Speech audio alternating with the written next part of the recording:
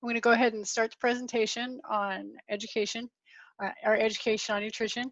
And if you have questions, you can type them in the chat box, or you can also try to navigate down to the bottom pane and find the reactions and raise your hand and let me know that you want to say something. I will be stopping periodically to ask for questions throughout the presentation. So I'm going to go ahead and start.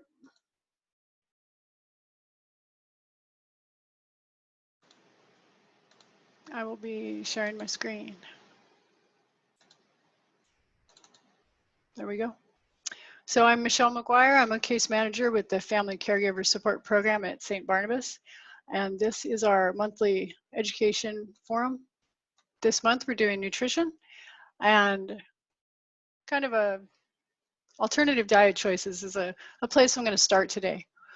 And the reason this came up, we're doing this, is because one of our members, one of you, during our support group, during our last support group, started talking about the need for information on nutrition for not only the caregiver, for not only the care recipient, for themselves as well. And what they were talking about specifically was different types of additives or flavoring, things you can add to your food to make them more appealing. So from that, well, we were inspired to look at alternative diet choices. And what I mean by this is different combinations of food that you wouldn't normally think of to avoid having to use lots of flavoring sauces, you know, things with a lot of additives in them. So my inspiration for this information I'm going to present to you comes from my own diet, which is basically an autoimmune protocol diet. I had some health issues, so I got very strict with my diet. So a lot of this comes from my knowledge with that base. I don't know everything, but I know a lot about combining foods. So the first thing I learned was instead of sweeteners or like ketchup or barbecue sauce, things like that, you can combine food with fruit. And one thing I love to mix it with is meat. Instead of a sauce or a gravy, you can combine your meat with different fruits. And just some ideas: citrus and herb pot roast, ham and melon, meatloaf. You put a layer of fruit across the top as your meatloaf cap before you put it in the oven. Raspberries with pork. Now, if you go to a nice restaurant, you might find these, you know, sauces, a raspberry reduction, you know, with wine sauce and whatnot. But you can just heat up some raspberries, make your own sour, just throw them in raw with your pork. You can do whatever you like, and you're just having fresh fruit and meat. That's a very clean, healthy meal. Same with pairing with vegetables. Raisins and Brussels sprouts is one of my favorites, with some almonds thrown in. Mango and avocado, spinach and strawberries. So you can do fruit and vegetables a lot for salad dressing. Put on some olive oil, and you don't need, I'm sorry, instead of salad dressing, you can throw on some fruit, a little olive oil, and you've eliminated all that, those preservatives and processed foods in the salad dressing. Now, how do you deal with the fruit? Well, you can broil fruit, sear it, or grill it. You can do this on your stovetop or under your broiler. You don't have to be out on a barbecue grill. Yeah, you can pair it with cheese, with your meat, or even solo as a dessert, because when you grill or bake some of these fruits like peaches or nectarines, they become so condensed with sweetness that it's just like a dessert. So, and how to do it? I would use skewers, I would use skewers like you make shish kebabs, or slices. You can have them. And again, you can brush them with any kind of little bit of sweetness if you want, or even a little oil, just so they don't burn. So you might be wondering, okay, what about my diabetic family member, or I'm a diabetic? And you do need to know, it is important to monitor your sugar and your carbs, right? You want fruits that are low in sugar and low in carbs. Cherries, peaches, strawberries, grapes, right? And you want to avoid the high sugar and the high carbs fruits. Mangoes, raisins, dates, pears, things are very concentrated. And that's just a guideline. You really need to be sure that you're following your doctor's recommendations for your diet if you have diabetes. Same with high blood pressure. From what I understand, you want to look for fruits and you want to use fruits that are high in potassium. such as oranges, bananas, avocados, apricots, pomegranates, or kiwis. And during chemotherapy, you want to avoid raw fruits. They're hard to maybe chew, hard to digest. You want to avoid extremely sweet or strong smelling things. And you want to go with just small amounts, little bits at a time. And you're going to need to balance the fiber based on the person's needs, but that is an issue with fruit. So that is pretty much my fruit section, so to speak. Does anybody want to stop and talk about this? I'm going to let a couple people more in, a couple more people in the waiting room. They're joining. Great. If you want to, feel free to unmute yourself if you want to chime in. Otherwise, if you could just keep yourself on mute, that'd be great. Do you know how to unmute yourself? You can look for that little icon of the telephone and go up into the left upper hand corner. You'll see unmute. You push that button. I'm unmuting all of you right now. Yeah, I just had a question, Juliet. So what are like the low sugar fruits? Like I thought cherries had a lot of sugar in it. Are cherries okay? Well, you know, this I pretty much pulled offline. Okay. So, you know, if you want additional information, I'd say Google it and check, because from what I understand, are cherries on my list? No, they're not on here. So I would just have to Google it real fast and find out. Yeah, okay. For specific fruits that are not on here, I can't really say. Right, and so basically you think strawberries are kind of low in sugar, is that it? What was on there again? Oranges and bananas are good. Okay. I'm sorry for diabetics. Potassium. Okay, that's okay. You know, that's good, the high potassium, and then the, yeah, what is that for people who want to? Oh, here we go. I'm sorry, Juliet. Low carbs is sugar. Okay, good. Peaches, strawberries. Low sugar plus low carbs. Okay, perfect. Thank you. Yeah, and I wouldn't use this as like a, you know, it's not the gold standard. It's just a guideline. Right, right. And so what is it? You're supposed to kind of just have a cup, right? Don't kind of overdo it. Probably. Well, that, I really think the specifics, you know, I don't know. Yeah. I think it would depend on the weight. Okay. Yeah. Everything you're eating. Okay. Okay. Yeah. Thank you. Good question, so thank you. Okay, so I'm going to keep going with new combinations. So using eggs, this really blew my mind. I use a lot of eggs, fried eggs, for like almost like a gravy, that the yolk of the egg. I mix it with sweet potatoes or pasta and noodles.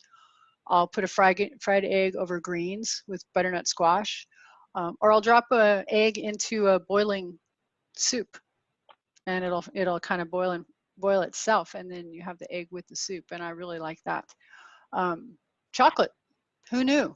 You could drizzle chocolate over an avocado, and that is really good. You mix chocolate with chili. You can put chocolate into marinara sauce.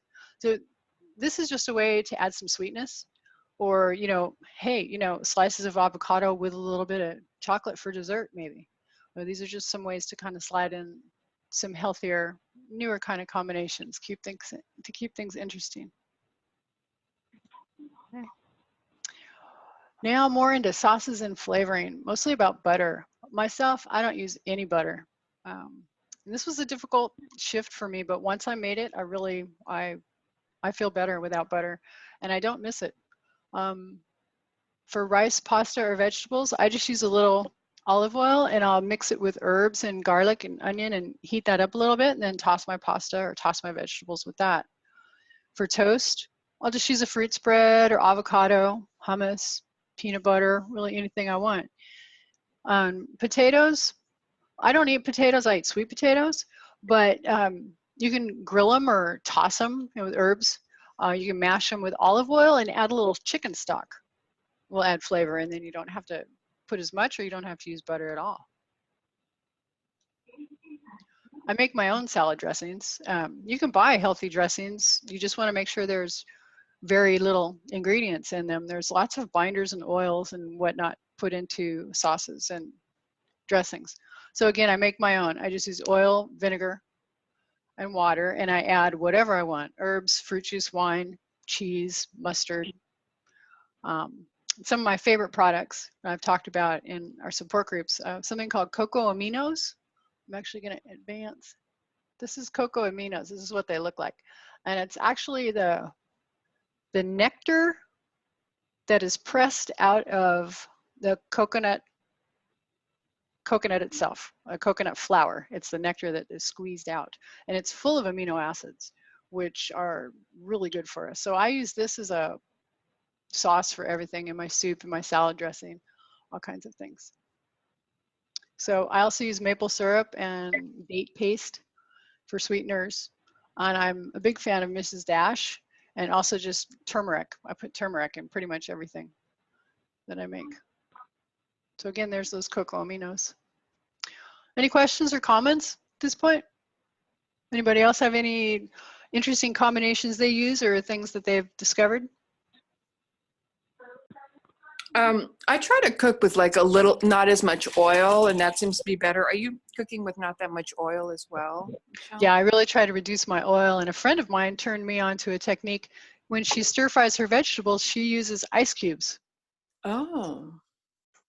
You And have what to does that play do? with It it. makes it kind of crispy or something? It provides kind of steams things real fast, and I would use it with a really soft vegetable, like something you wanted to wilt, like maybe spinach or Swiss chard or something like that. Maybe, yeah. It's just play around with it. It's I've had success with it. It's a quick cook. You have to get on and off real fast because the water burns away pretty fast. Oh, great. Okay. Yeah. Michelle, this is Maria. Hi. You know, hi, thank you for this presentation. And I also wanted to share that I use Bragg's liquid aminos. Yeah, same. Is that the same as the cocoa aminos? I'm not really sure, but it says from soy protein. Oh, okay. So it's from soy. Okay, that's the Yes. same kind of. So it would be the same process basically that the aminos are squeezed out. It's the nectar from probably the soy plant then. Okay. So I just wanted to share that. That's a great alternative because it has a really nice flavor to it. And I add that to a lot of my vegetables or I use, I know you don't use a lot of oil, but I use sesame seed oil from Trader Joe's, organic toasted sesame oil. Yeah, those things make a difference. That's great. Okay, well, I'm going to move on and talk about beverage alternatives. Sodas. I don't know about you, but I don't drink sodas or artificially sweetened drinks. Some alternatives are just sparkling water, kombucha, herbal iced teas, fruit or herb infused water, or coconut water. You know, there's a ton of products out there, and I really think that the key is reading the label. The key to choosing something healthy is really reading the label, because you can get a kombucha or a fruit infused water that is full of sugar, full of chemicals, full of stuff you can't pronounce. Or you can also find them that have maybe 2 or 3 ingredients that you trust, like fruit, tea, and water. You know, you can find those. Definitely want to avoid things that are processed, concentrated juices if you can. Energy drinks are usually full of caffeine and interesting other additives. Honestly, I don't really know because I don't use them or I don't drink them. And then chemicals, just like I said, those things you can't pronounce.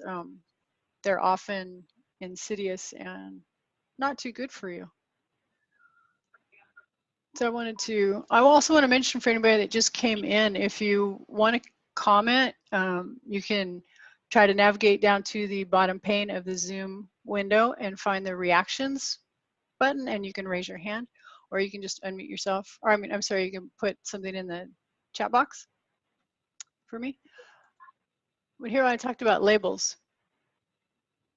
I hope you all can see this, but this is a soda label.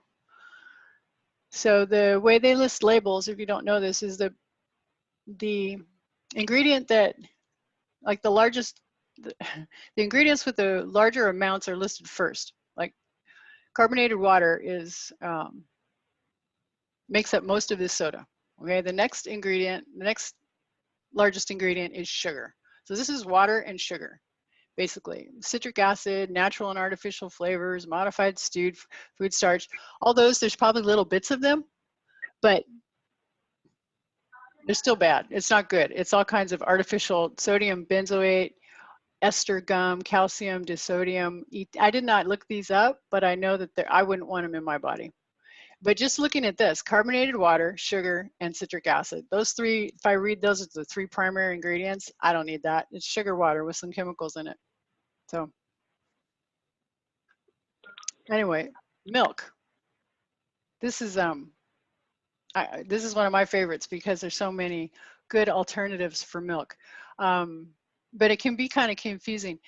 Basically, all it is nuts ground up and mixed with water, or nuts and oats.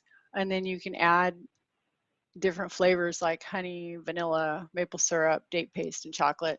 And you can do this in a blender or a food processor. And I do it with varying amounts of luck. My favorite is oat milk or hemp milk, which, yes, I do have on here, hemp milk, because it has an extremely nutrition panel. Hemp milk has a ton of great nutrients in it.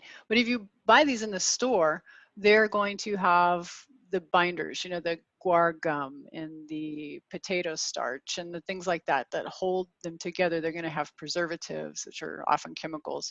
They're going to have additives for flavoring. You can make it at home in your blender, you know, just with some simple ingredients. And if you're buying clean nuts and clean vanilla and things like that, you're going to do a lot better. And by clean, I mean not necessarily organic, but maybe processed with less salt, maybe less oil, if we're talking about nuts. So back to labels. These are just two examples of labels. I was talking about common additives over here. Common additives, vanilla, honey, maple syrup, date paste. Well, some other common additives, if you buy it in the store, you see calcium carbonate, tapioca starch, sea salt, potassium citrate, carrageenan, sunflower. I looked all these up, and they're not really that bad for you. They're natural things, maybe for preservatives or whatnot. But, you know, it just, the more ingredients, the more it increases the chances for something you don't want in there. So I would choose the one on the right. It's just fresh almond milk, 95%, sunflower seeds, 5%. Those are the only ingredients. This one's okay, but I probably wouldn't even finish reading that before I put it back down on the shelf. And I would probably look for something like this. That's just me. But I guess my point here, which I'm sorry, I digressed a bit. There's a lot of ingredients here. They're not necessarily all that bad, but for me, it's always better to go for the simple ingredients, because it's hard to educate yourself about what all these things are. I guess that's my point. Any questions? Anybody have anything to say? Yeah, this is Juliet. Thank you so much, Michelle. I love it. Yeah, I Googled how to make almond milk, and it's so easy. I just get the raw almonds from Trader Joe's and soak them.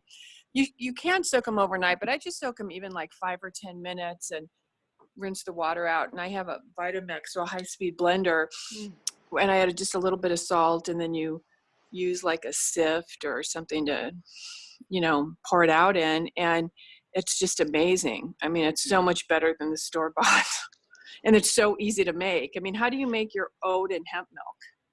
Pretty much the same way. I soak my oats. And do you use steel-cut oats, or just what kind of oats are you using? I just used regular, I don't use steel-cut oats. I use the processed oats. Okay, like the quick oat. Mm-hmm. Okay. I do. And do you soak it?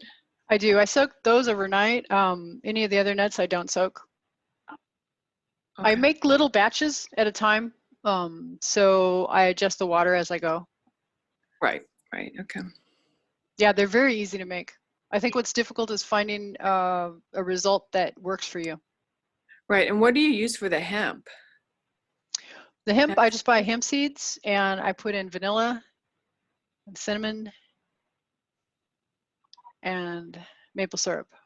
And why are those so nutritious? Do you know? The hemp seeds, they just have a real robust nutrition panel. I don't know what it is about the hemp seeds, but they've got a lot of really great stuff in them. Yeah. Okay. Wow, thanks for asking. Okay, great. Okay. Okay. So I thought we might talk a little bit about organic food, just in general. Um, is it better? Should we be buying organic? Should we be buying everything organic? Well, I don't know. Let's look at the definition. Food grown and processed without synthetic fertilizer, synthetic pesticides, antibiotics, or hormones. Why would we want to go to organic? Well, there are pesticides and chemicals in our food, but the EPA, Environmental Protection Agency, and the FDA, the Food and Drug Administration, have determined that the levels of pesticides and chemicals in our food is safe. There's some controversy about this. So some people feel maybe it's not so safe and maybe we should have cleaner food. And that has kind of where the movement for organic food has come from. Also environmentally, you know, a lot of our practices are hurting the environment with pesticides or maybe the way we raise livestock. So again, those are reasons to go organic. These harmful pesticides and chemicals can cause endocrine and reproductive problems, birth defects, behavior changes, asthma and cancer. Or another issue is foodborne illnesses, E. coli or salmonella from meat that has foodborne illnesses in it. So typically harmful pesticides or foodborne illnesses, those are two things that we're trying to avoid. That's why we go organic. So if we're talking about organic produce, typically the issues with produce that's not raised organic is it will have pesticide or chemical residue. And this can be sprayed on, it could be in the fertilizer, it could be in the soil before the plants are even, the seeds or the plants are even put into the soil. So the best thing that you can do as a consumer of produce, if you can't buy organic, try to buy thick-skinned produce with a skin that you would discard. For example, an avocado, a pineapple, melon or mango. Well, these are all fruits. But like, let's say a potato, if you discarded the skin. Trying to think of vegetables. An acorn squash, that has a very thick skin that you would discard. But really, yeah, so any kind of fruit or vegetable, any produce that has a thick skin is going to be safer than something that is thin-skinned. And with the produce, there's a great nonprofit called the Environmental Work Group, and they put together what they call Dirty Dozen and a Clean 15, and they do this every year. And for 220, this is their Dirty Dozen, and these are foods that are most likely to have residue on them. And a lot of this is because they're thin-skinned or because of the way that they're raised or whatever, but this is their Dirty Dozen. These are foods you want to avoid buying conventionally, like you would want to buy organic. Strawberries, spinach, kale, nectarine, apples, grapes, everything on this list you want to try to buy organic when you can. The Clean 15, this is the opposite. These, if you don't necessarily, if you can't buy organic, you might want to buy these items because they are the Clean 15. They tend to be cleaner and not have as much pesticides and chemicals in them. So avocados, corn, pineapple, onions, papaya, sweet peas, eggplants. There's a lot on here. And you can find this information online. It's very widespread. You can go to the Environmental Work Group website, EDG, or you can just Google Clean 15, Dirty Dozen, and I'm sure this will come up. And there's a lot more than 15, and there's a lot more than a dozen. They're just giving you an idea of the top, the most important ones. Now, organic meat. The issue with organic meat, the problem that you're trying to avoid by buying organic is foodborne illnesses. And foodborne illnesses come from the overuse of antibiotics. And antibiotics are used in meat, not necessarily to keep the disease down, but to spur growth. in the animals. So the overuse of antibiotics can end up causing foodborne illnesses to be sent through the food chain. So with organic, the livestock is not fed or not given hormones or any kind of chemicals to spur their growth. Right? It's another issue, chemical residue. And this, especially with milk, growth stimulating hormones and antibiotics, kind of what I was just talking about, same thing. So the best practices with meat, if you can, buy organic or at least antibiotic free. Try to minimize ground and processed meats and use a food thermometer. I believe that 160 is kind of a safe ballpark for all meat if you can get it up to 160 internally. Okay. Milk, real milk, cow's milk, or not nut milk. The issue here would be growth hormones and antibiotics. They actually have found that the growth hormones and antibiotics given to livestock, especially cows, does come through into the milk.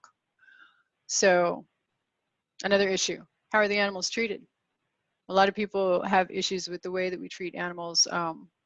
They feel it's a moral issue or an environmental issue. Do animals have healthy living conditions and access to the outdoors? Oh, you know what this is? This is pasture feeding for at least 30% of the meals, organic food, and vaccinations. That's what's required for meat to be called organic. Right? They need to have healthy living conditions, access to the outdoors, pasture feeding for 30% of their meals, organic food, and they need to be vaccinated. That qualifies milk to be organic if the cows are treated under those conditions. So there are benefits of organic milk because it's pasteurized, I think, at a higher temperature. It has a longer shelf life. It can last up to 2 months.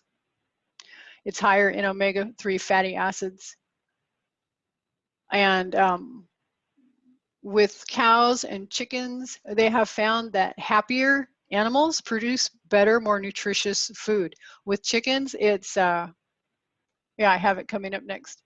With eggs, again, the growth hormones and the antibiotics come through. But when a chicken is under stress, dark, tight, confining headquarters, the nutrition of the eggs decreases. And same with the milk that comes from the cows. So milk and eggs, if you can, you want to buy organic or cage-free or pasture-free as best you can. Here, we have egg carton labels 101. This may help you with the milk too, trying to figure out what is what, because you can get eggs that are cage-free, organic, pasture-raised. You get different combinations of these different categories. I'm going to tell you what each of these categories are. Regular grade A or B, these are very poorly treated chickens. They are crammed together in little cages in a dark room. They never leave or see anything. They just live their life in a cage laying eggs. And these are the least nutritious, and they're recommended for cooking. Cage-free, the animal has access to the outside, but you know, there may be a door there, but there's like still 800 chickens in the room, and chance that little chicken is going to get to that door is probably pretty slim. So cage-free is not really a, it doesn't mean that they're out there in the pasture. Free range is better. That means that they have to have a certain % of time outside each day, guaranteed. Certified organic, I have to look at my notes, but I believe that that has to do with the feed. So if you're going to buy eggs, you want to try to get something that is, if you can, in this section. Free range, certified organic, and free range certified organic. I forgot to tell you about this. Organic vegetarian fed? No, you don't need that. Omega-3 enriched? No, you don't need that either on eggs. That's just marketing. Chickens are not vegetarians. They don't need to eat vegetarian. So that's just, like I say, kind of marketing. Omega-3 enriched? You don't really need that. You can just buy certified organic free range eggs and you're going to get enough omega-3s. It's just kind of marketing. So if you can, go for free range organic and pasture raised, if possible. The cage free and the regular, if you can avoid them, it's best. So I hope that makes sense. Any questions or comments?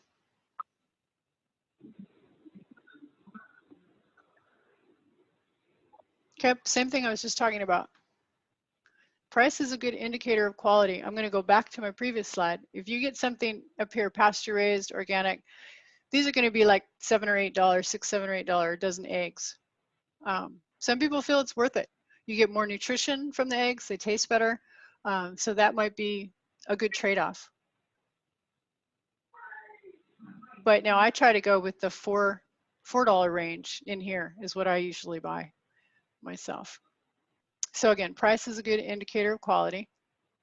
Pasture raised, organic plus free range, or organic plus cage free. Brown and white, it doesn't make a difference. And baking, you can use the less quality eggs. So that is actually the end of my slide deck. And yeah, that's all I got. I'm hoping that you guys have some questions or ideas or things you can offer. Anything you'd like to talk about or questions for next time? Michelle, I have a quick comment. I put it in the chat box. Mm. Just about the Dirty Dozen. It's actually listed in order. Like strawberries are always #1 on the Dirty Dozen. Okay. It's listed in the order of the most pesticides on average on one piece of fruit. So strawberries, I think on average, they have over 20 different pesticides on one strawberry. And what this organization does is they take produce from all over the United States. They triple and quadruple wash them. So they wash them more than any person would ever wash a fruit or a vegetable. And then they test them and they find the average from all of this produce they've gathered from different places.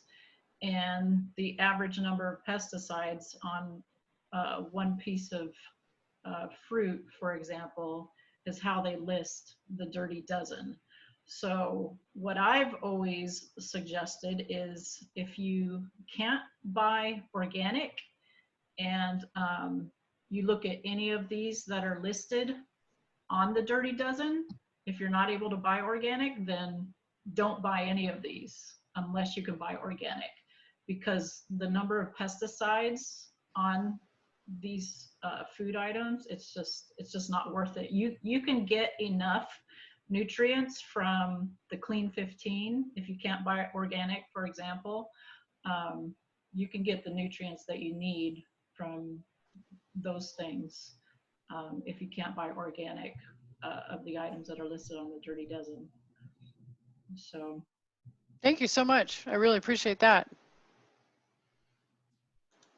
Any other comments? Guys, that was great information. Does anybody else have anything they can add on to anything I said or? On the oils, I've started cooking with grapeseed oil. Oh. Too, because I've heard it was healthier than, and you can use it on high heats as opposed to the olive oil. Mm-hmm. So grapeseed oil, if anybody else has tried it, it's pretty good. Yeah, I've heard. Does it taste any different?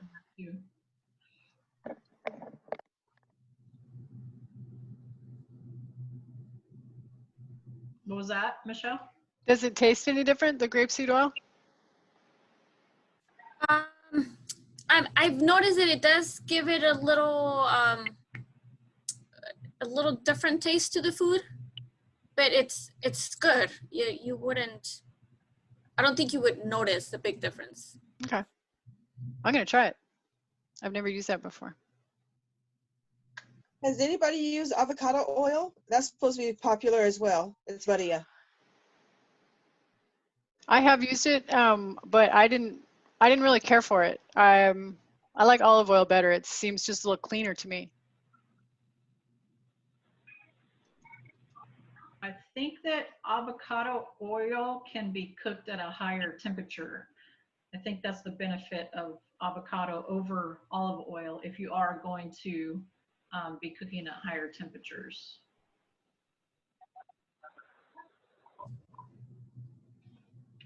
The other option that I use, like for pasta, instead of marinara sauce, I'll pour olive oil over the pasta instead of using like a marinara, just for reduced calories too. Like if anybody is thinking about the total calorie intake, that's another thing you can think about with some of these things.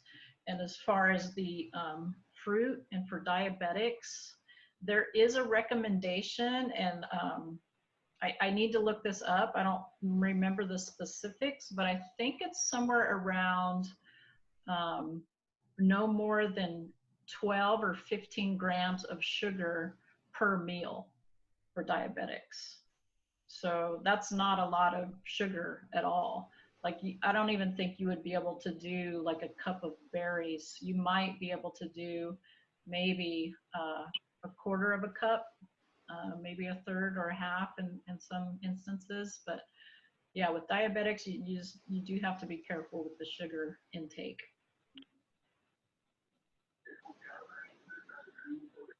Okay, that's great stuff. Anybody else? Also, if I can comment on the water too, I tend not to drink a lot of water because I need something with taste. So I found that if I add some slices of cucumber and mint leaves, and especially with summer, it's a very refreshing drink, you know, and it's something that I tend to drink more water if I do that. Add just a little bit of flavor. I'm wondering if anyone would like to talk about any challenges or issues they've found getting proper nutrition during the pandemic, because I think that's affected a lot. Well, hi, it's Julie. I just want to know, like, yesterday, you know, just because it's quick, we went to like In-N-Out. I mean, how bad is that? I think it's pretty bad, fast food. But every now and then, I guess it's good. But do you have any comments on, like, what are some really quick, easy meals, you know? Well, for me, what I do is I always have a big salad in my fridge, and then I just cook some clean meat and combine it with my salad and eat that. And if I need some extra, I'll throw some fruit in there, because my diet's pretty much just meat, vegetables, and nuts and fruit. So I'm lucky I just can combine those things. Anybody else?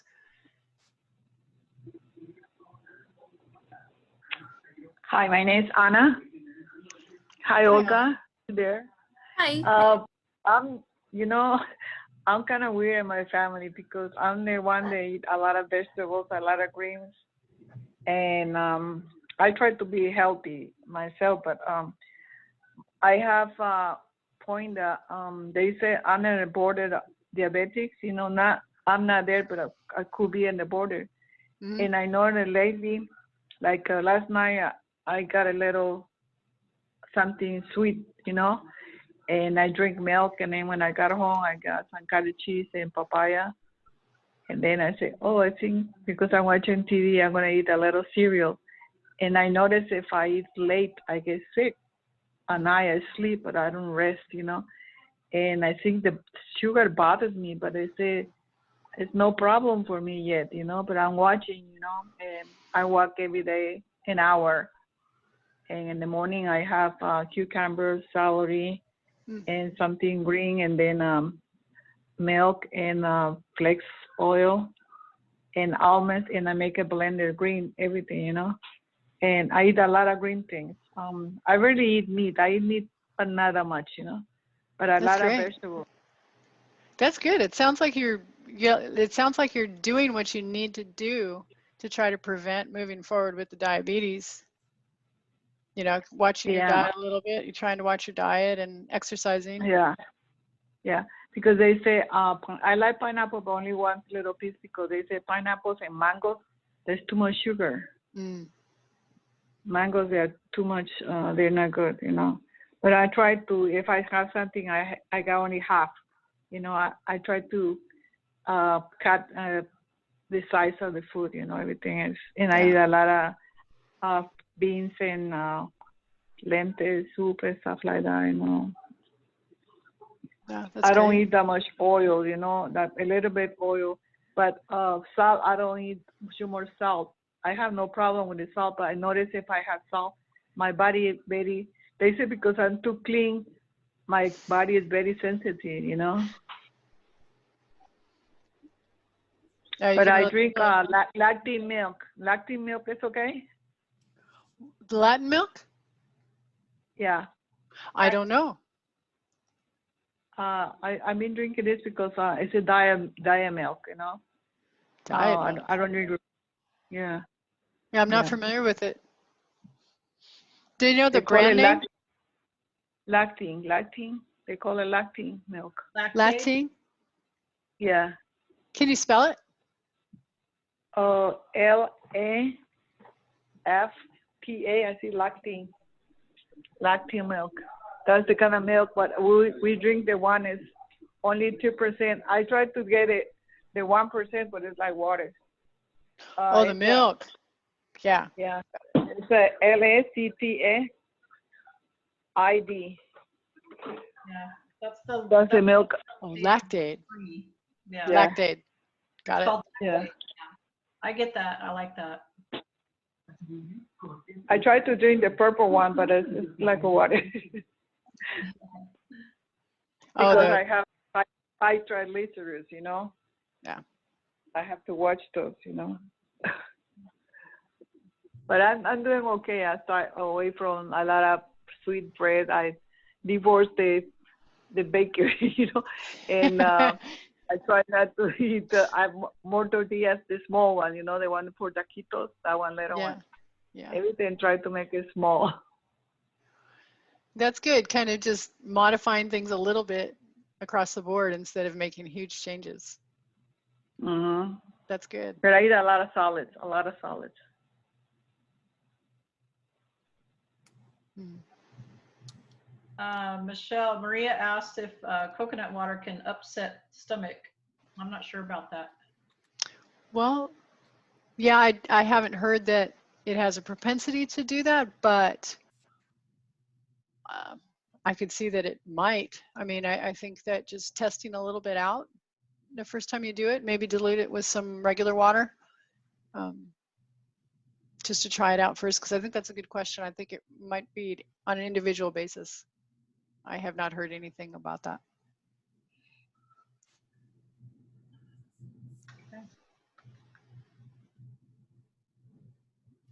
All right, so I guess if there are no other questions, does anybody have any suggestions for things they might like to hear about in the future? For the future, Mm-hmm. first I want to be alive, you know, and have a job and a place to live, you know. I'm not upset, you know, just scared, you know. That's a little bigger than I was thinking, Maria. I was actually thinking of suggestions for future topics for this meeting. Oh. But I'm glad you shared that with us. Thank you.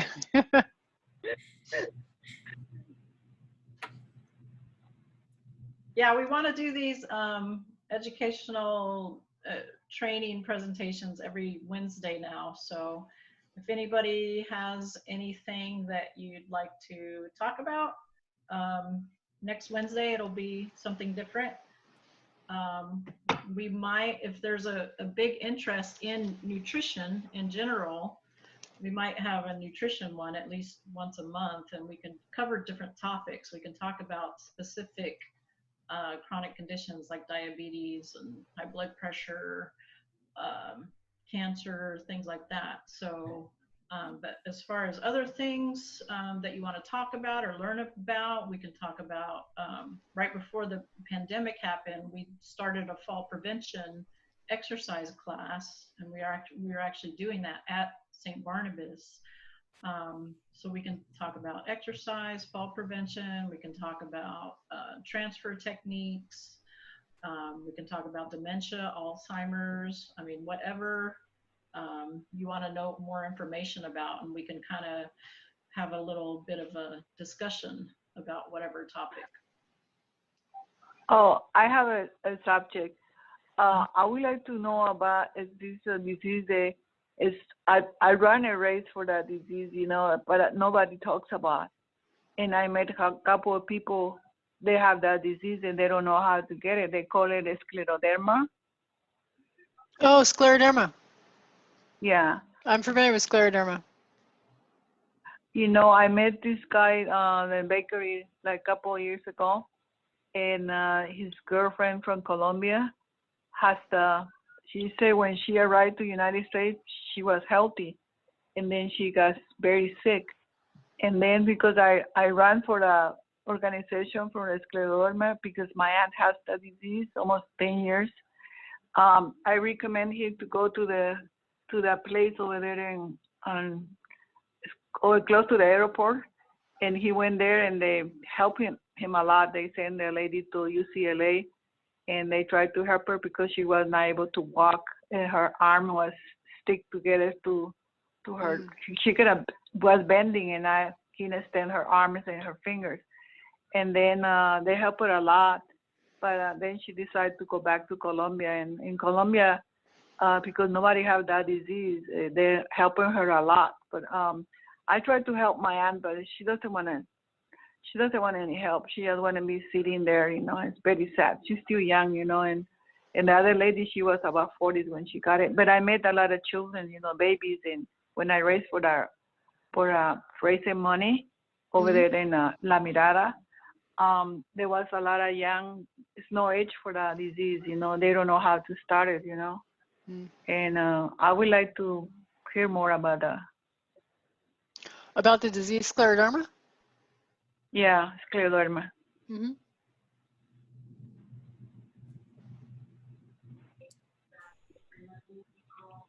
Maybe on one of these days you have a time for have that subject, you know. Yeah. No, that's great. Thank you. We want to hear what your guys' concerns and questions are. We want to know it all. So if nobody else has anything, thank you. Thank you all for participating. Thank you for your patience. Hope to see you. Actually, tomorrow we're having a support group on Zoom at 10 a.m. That's just a general support group. And I'll be facilitating that. And then next Tuesday, Olga will be facilitating a support group on Zoom on Tuesday at 1. It's also available to you. So thanks again. Yes? Yes, you know, yesterday I tried to be in the program, you know, they told me it was canceled. Then Olga told me they're going to have half an hour. But then I got on and then this guy told me, oh, we're not ready yet. We're waiting for Pedro. And then he got me like a half an hour waiting for Pedro and nobody talked to me. You got into a room? No, yeah, I got to the conference yesterday and somebody said they haven't started because they're waiting for somebody by the name Pedro to go in the group. But we waited like half an hour, you know, and nothing happened. Okay, well, you know what? I think I'm going to call you and talk to you about this after the meeting to see what happened. Because I'm just going to go ahead and end this meeting now, and maybe we can follow up with you to see what's going on. Yeah, and then Michelle, it's Juliet. Can you also give me a call after, maybe when you're done with that? I have a quick question. Sure. Yeah, sure, no problem. Okay, thank you so much. Thank you all, and hopefully we'll see you tomorrow on Zoom or Tuesday or next Wednesday. Okay, great. Thank you. Thanks. Have a great week, everyone. You too. Bye-bye. Bye-bye.